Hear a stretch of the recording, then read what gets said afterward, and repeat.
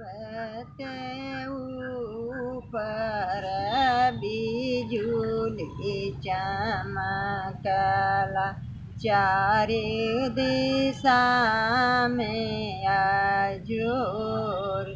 पर्वत ऊपर बिजुली चमकला, चारे दिशा में अजोर।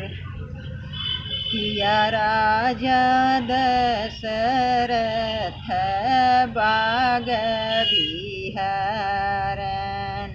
किया राम खेलन हेर, किया राम खेलन हेर।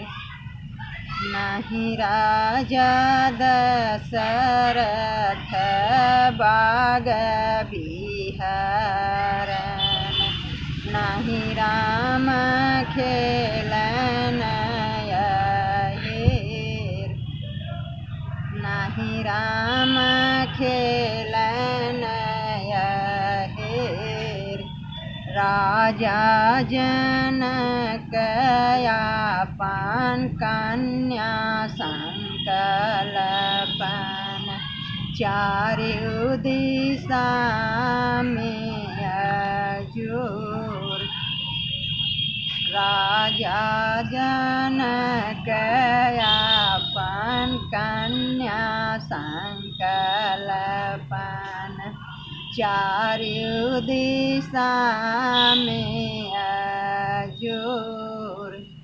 जब रे बरतिया दुअरमा पयलीन, दुअरे कहोला जे चार, दुअरे कहोला जे चार।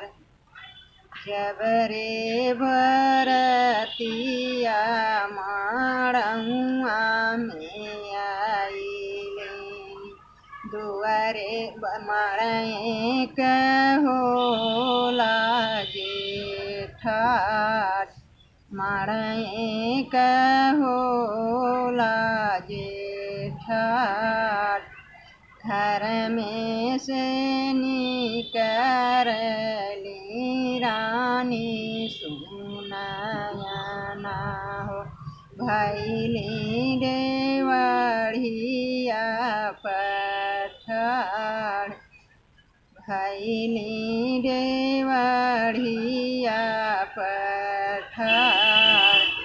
किया राजा जनक तुहार जंघिया बखानी हो, किया हो बखानी आपन कोख, किया हो बखानी आपन कोख।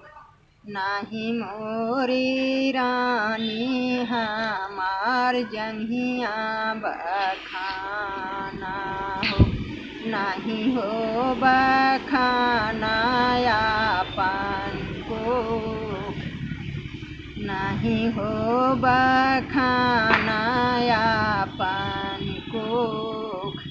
कोखिया बखाना हो रानी कामसिल्या हो, जौनी कोखी जन्म श्री राम, जौनी कोखी जन्म श्री राम। पर्वत ऊपर बिजुली चमकला, चारों दिशा में अजोर।